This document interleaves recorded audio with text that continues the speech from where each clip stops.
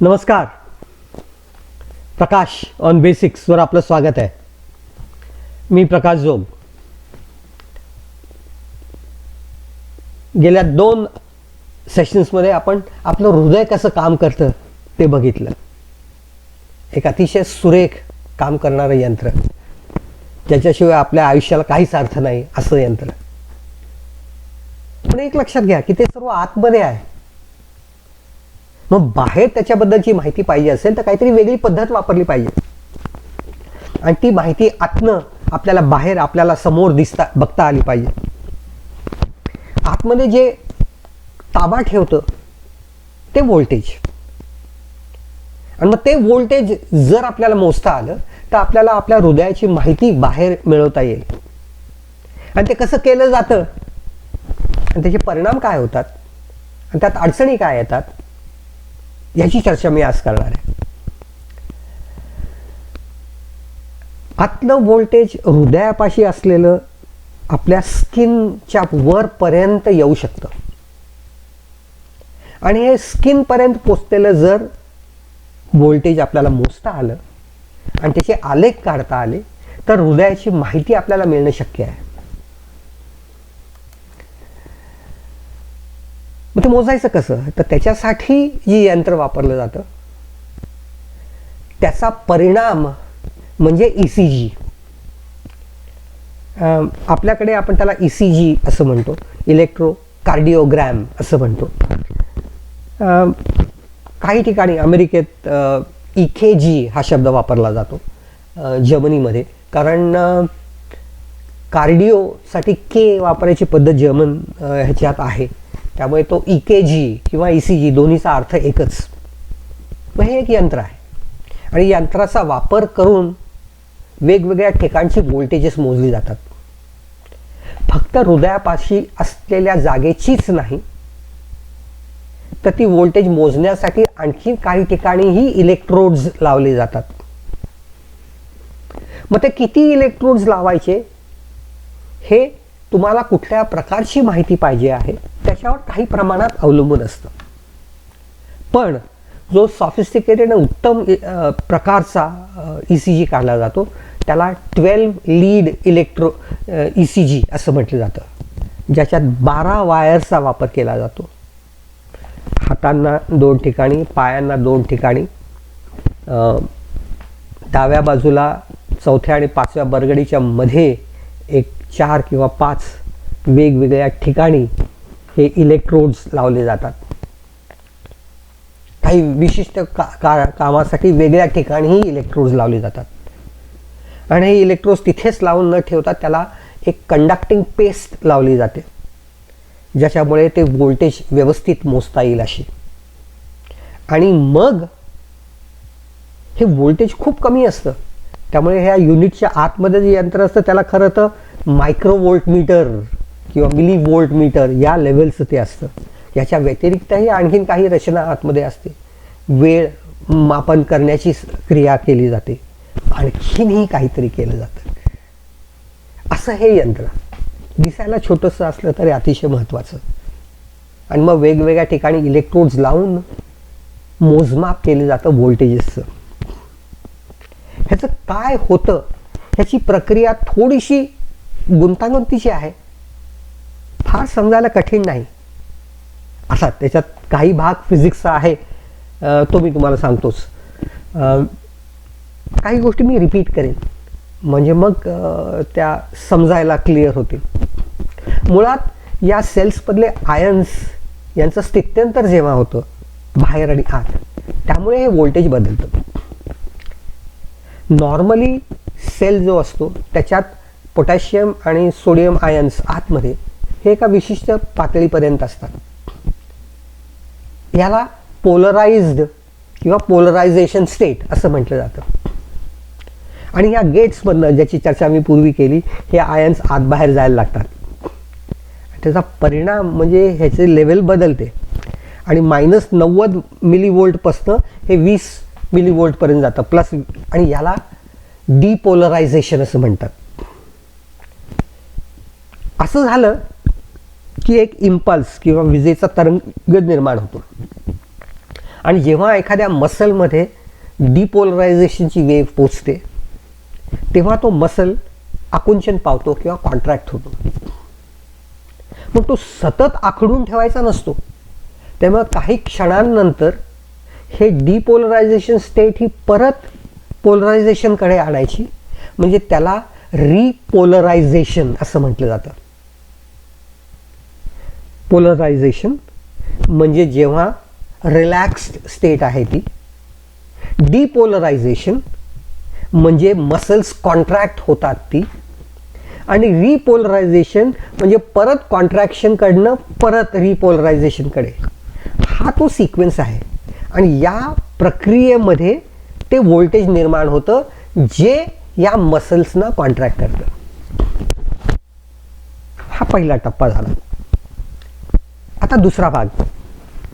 हे पोलरायझेशन डिपोलरायझेशनचा परिणाम असा होतो की तिथे एक वेक्टर तयार होतो. शाळेत कधीतरी शिकलो असं सदिश गोष्टी असतात ज्यांची किंमत आणि दिशा या दोन्ही गोष्टींवर अवलंबून असते. अशी स्थिती फोर्सेस किंवा ॲक्सेलरेशन वगैरे सारख्या गोष्टी ह्या सदिश किंवा वेक्टर्स असतात. त्यामुळे ही आतमध्ये पोलरायझेशनची डायपोल वेक्टर असतो. पण सगळे आडवेच नसतात, वेगवेगळ्या अँगल्सला असतात. त्यामुळे हे जर वेगवेगळ्या अँगल्सला असतील तर बाहेरच्या बाजूला त्याचा होणारा परिणाम हा वेगवेगळ्या व्होल्टेजच्या पातळ्यांमध्ये होणार आहे.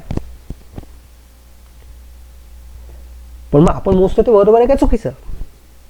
मग त्याच्यासाठी काय केलं जातं की ह्या अनेक इलेक्ट्रोड जे वापरले आहेत त्यांनी या डायपोलची वेगवेगळ्या स्थितीतली व्होल्टेजेस मोजली जातात आणि या सगळ्यांची एकत्र अल्जिब्राइक बेरीज करून उत्तर काढलं जातं आणि त्याच्यावरनं तिथलं व्होल्टेज किती आहे हे समजतं.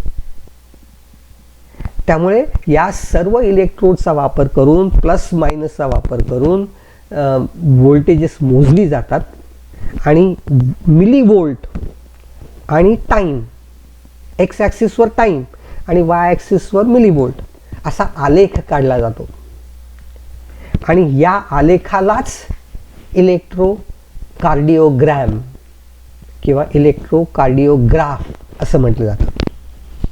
काही वेळेस हे इलेक्ट्रोड्स ग्राफ काढण्याच्या ऐवजी मॉनिटरला जोडले जातात. तेव्हा एखादा पेशंट जर ICU मध्ये असेल तर तो मॉनिटरवर तुम्हाला ग्राफ सतत असा दिसत असतो हलणारा. आणि मग त्या सिनेमात ती लाईन सरळ झाली की तो माणूस वगैरे वगैरे तुम्हाला सर्व कथानक आणि गोष्टी सिनेमे माहितीच आहेत. पण तो दिसतो कसा? तर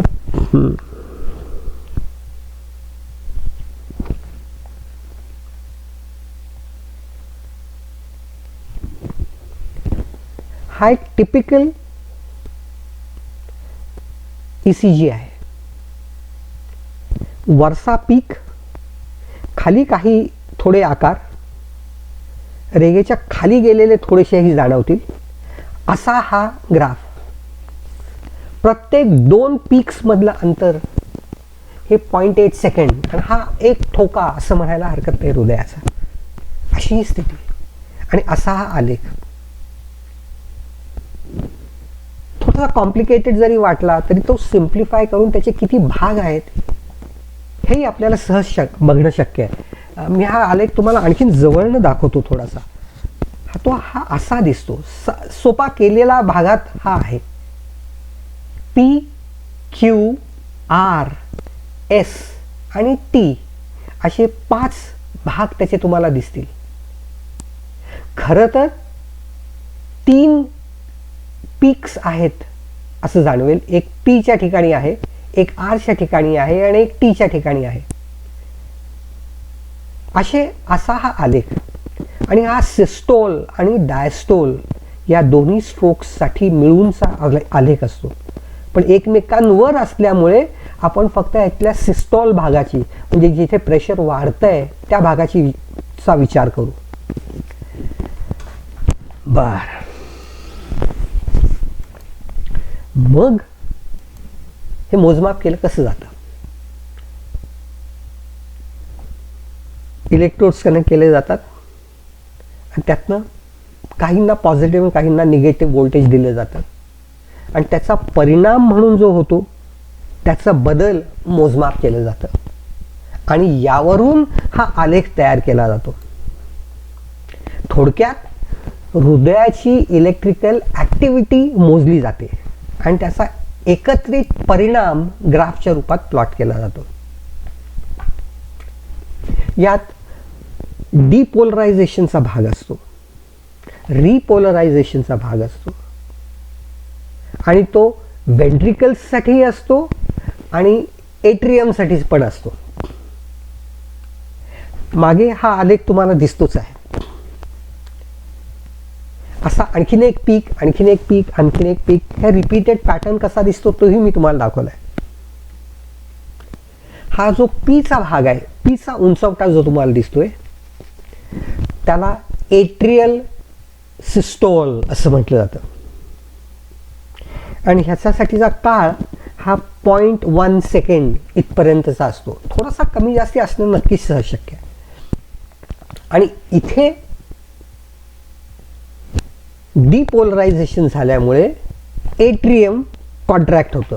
एक नाही, दोन्ही एकत्रितपणे कॉन्ट्रॅक्ट होतं.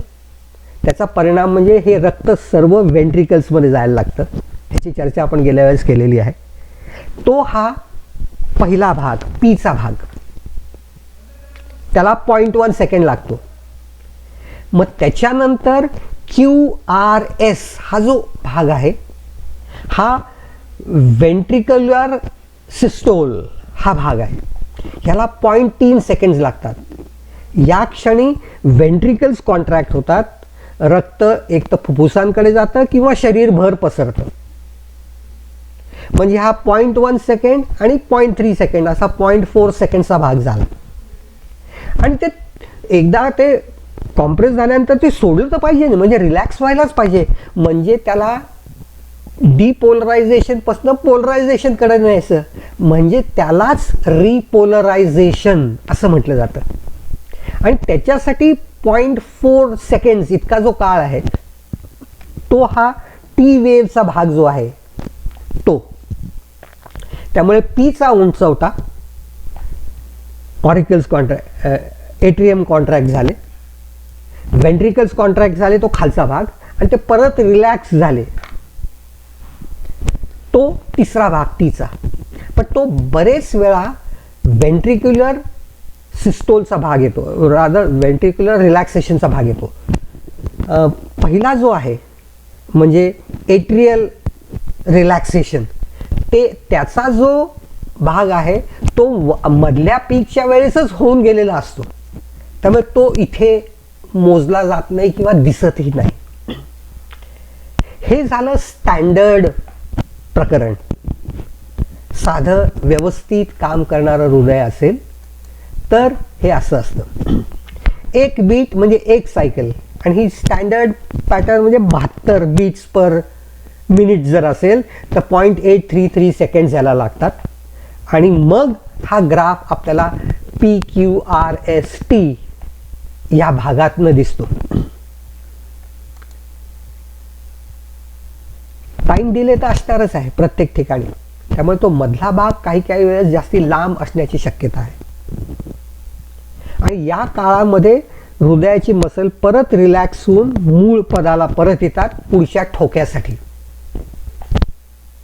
हा ठोका खरं तर स्टेथोस्कोपनीही ऐकता येतो आणि वैद्यकीय भाषेत याला लबडब असं म्हणतात. मला वाटतं मी गेल्या वेळेस सांगितलं होतं. ॲक्च्युली झडपा ज्या आहेत आतमध्ये, बायकास्पिड आणि ट्रायकास्पिड वाल्व्स, त्या आपटतात एकमेकांवर आणि त्याचा आवाज जो होतो तो एक, आणि लंग्सकडे आणि शरीरात रक्त जे एऑर्टामधनं आणि पल्मनरी व्हेनमधनं जातं त्या ठिकाणी, जे पल्मनरी आर्टरीमधनं जातं त्या ठिकाणी जी झडप आहे त्याच्या आवाजाचाही थोडासा एको तिथे येतो. आणि काही वेळेस हे वॉल्व पूर्ण बंद होत नाही, त्यामुळे त्यातल्या मधला रक्त वाहत असतं, त्याचाही आवाज स्टेथोस्कोपनी डॉक्टर्सना ऐकू येत असतो. तर असा हा आवाजाचा भागही याला जोडलेला असतो बरेच वेळा.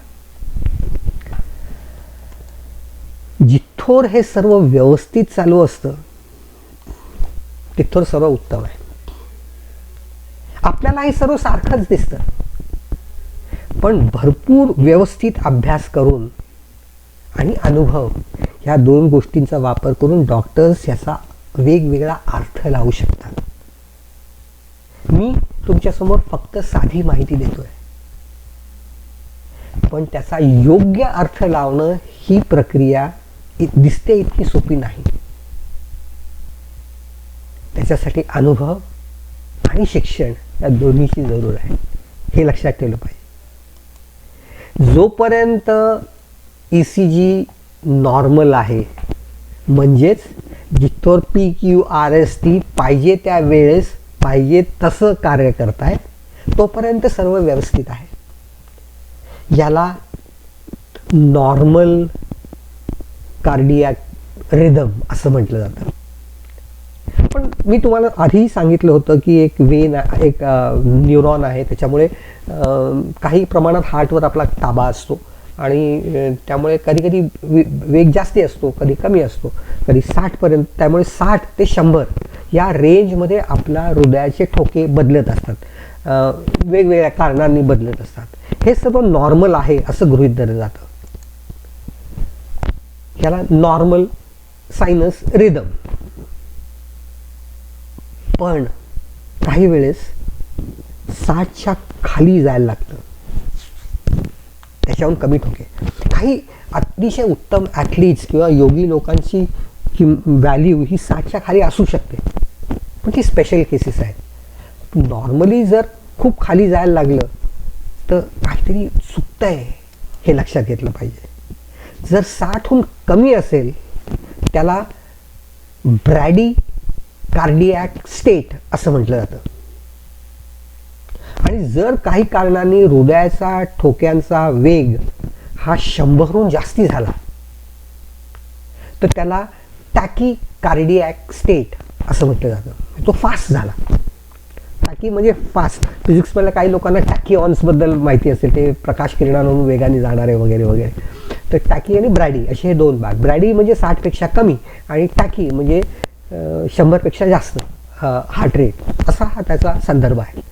मग काय करायचं तर कितीतरी औषधं अवेलेबल असतात, त्यांनी हा वेग कमी, औषधं देऊन हा वेग कमी किंवा जास्ती करता येतो.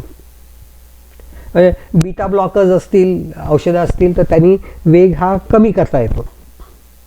असाच दुसरी औषधं देऊन वेग वाढवता येतो तर कमी असेल तर अशी पद्धतीने हे औषधोपचार केले जाऊ शकतात. अडचण इथे आहे की जर हे इरेग्युलर असेल आणि दोन्ही गोष्टी होत असतील तर काय करणार.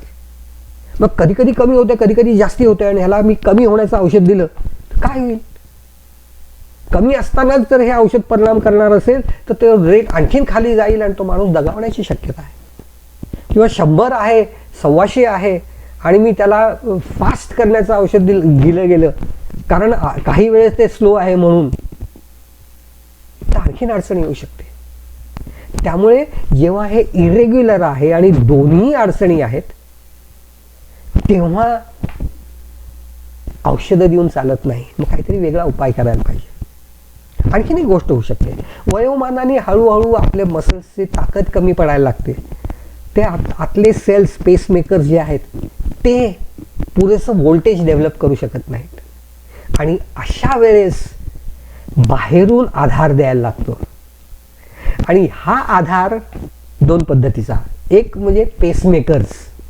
म्हणजे जेव्हा आपण पेसमेकर म्हणतो तेव्हा बरेच वेळा या बाहेरच्या आधाराबद्दल बोलत असतो, आतले पेसमेकर्सबद्दल बोलत नाही.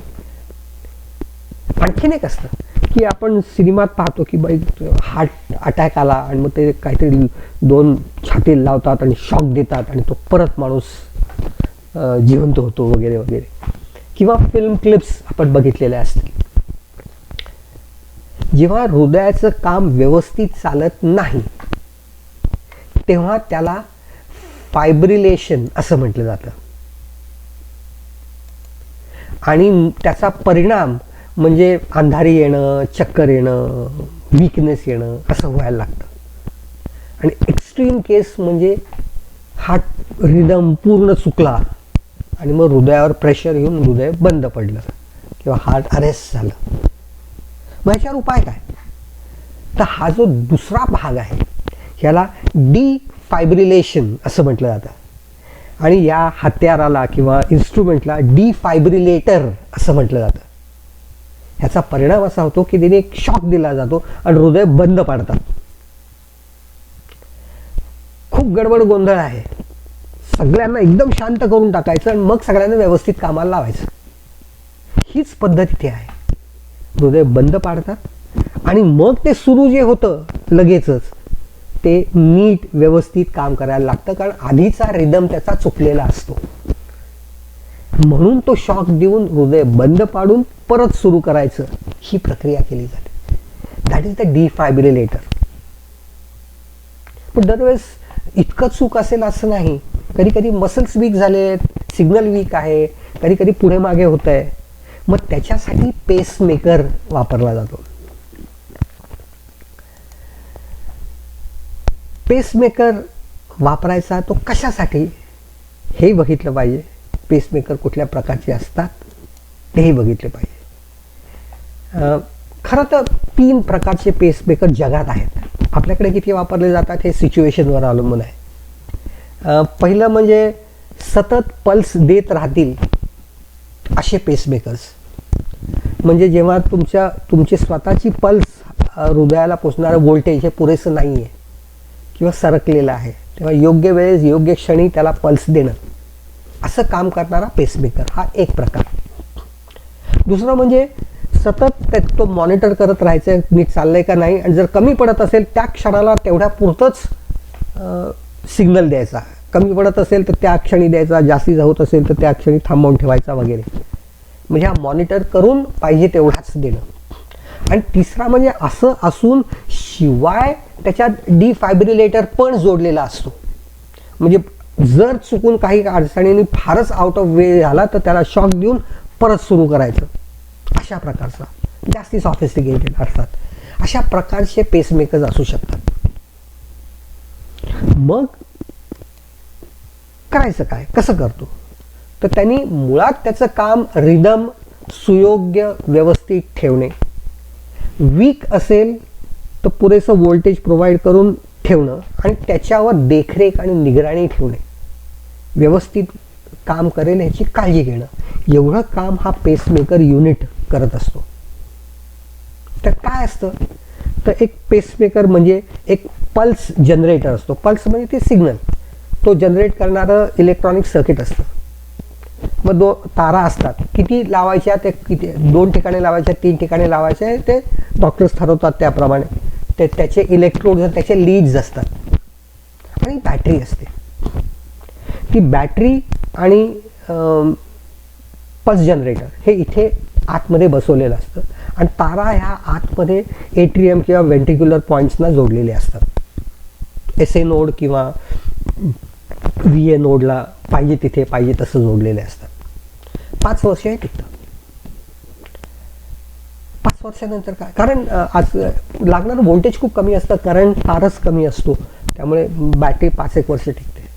5 वर्षानंतर काय करायचं, ते उघडायचं परत सर्जिकली आणि परत ते काढून नवीन बॅटरी बसवायची. ती आणखीन 5-1 वर्ष चालते आणि व्यवस्थित चालते, काही अडचण येत नाही. माझे एक मित्र आहेत प्रोफेसर कुलकर्णी, त्यांचं 3 वेळा पेसमेकरची बॅटरी बदललेली आहे. सो 15 वर्ष त्यांचं आयुष्य ह्याच्या मदतीने सुखाचं झालेलं आहे. सो किती वर्ष टिकेल हे त्या यंत्रावर अवलंबून आहे आणि ते कसं काम करतं आणि किती वापरलं जातं त्याच्यावरही अवलंबून आहे. कारण त्याच्यावर अडचणी येणं शक्य आहे आणि ते अडचणी येण्याचं कारण वेगळं आहे. पहिली गोष्ट म्हणजे आजकालच्या नव्या मेडिकेशनमध्ये MRIs काढली जातात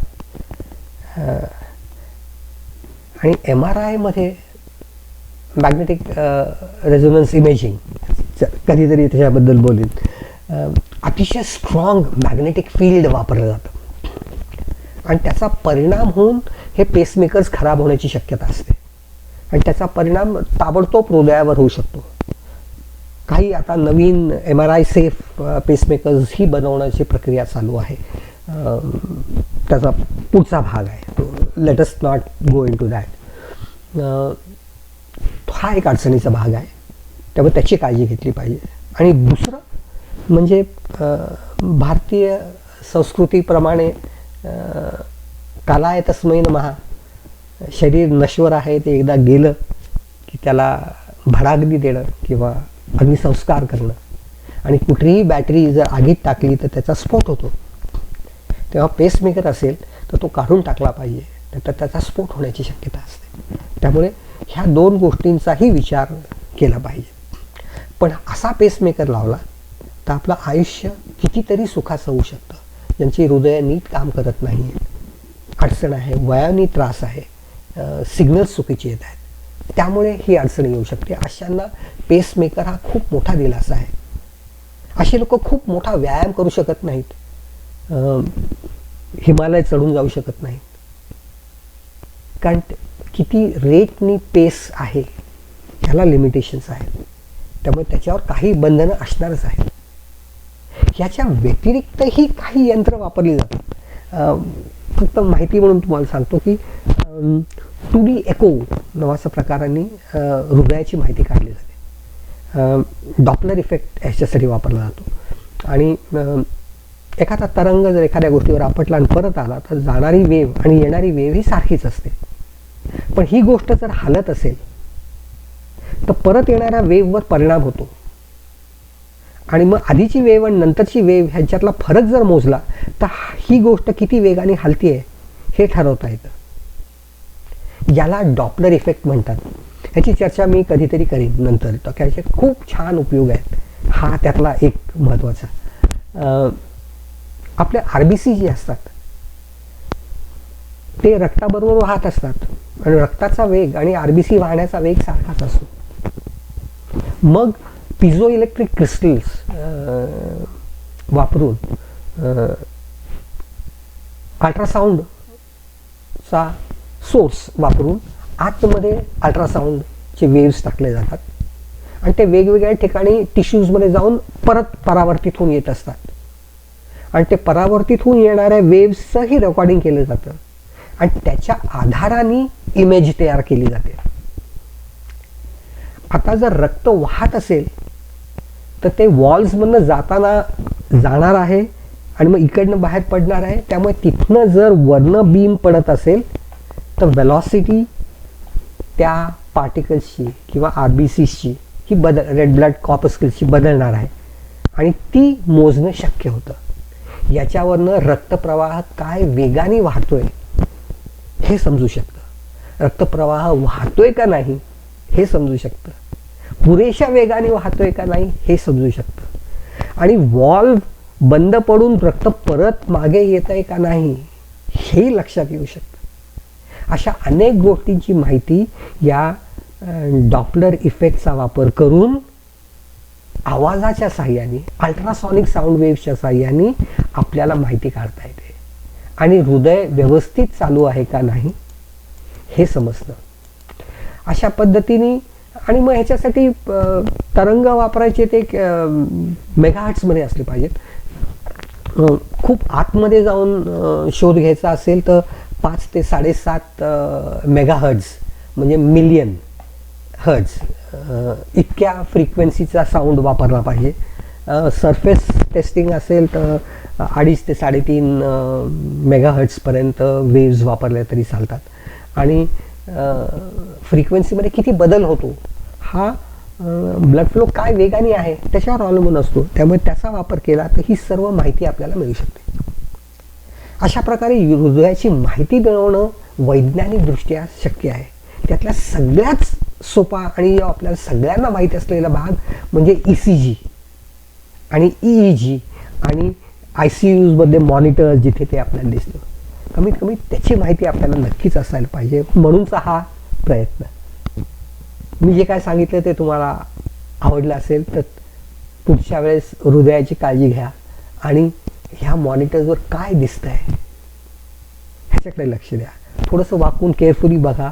P वेव, खाली जाणारी छोटीशी Q वेव, परत वर जाऊन खाली आल्यानंतर परत हळूच वर जाणारी S वेव आणि परत रिपोलराईज करणारी T वेव दिसते का ह्याच्याकडे लक्ष ठेवा. असं आहे आपलं हृदय.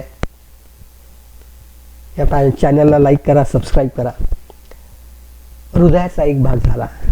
आता आणखीन कुठल्या तरी विषयावर वळूया. त्याच्यासाठी परत 15 दिवसांनी भेटू. तोपर्यंत नमस्कार.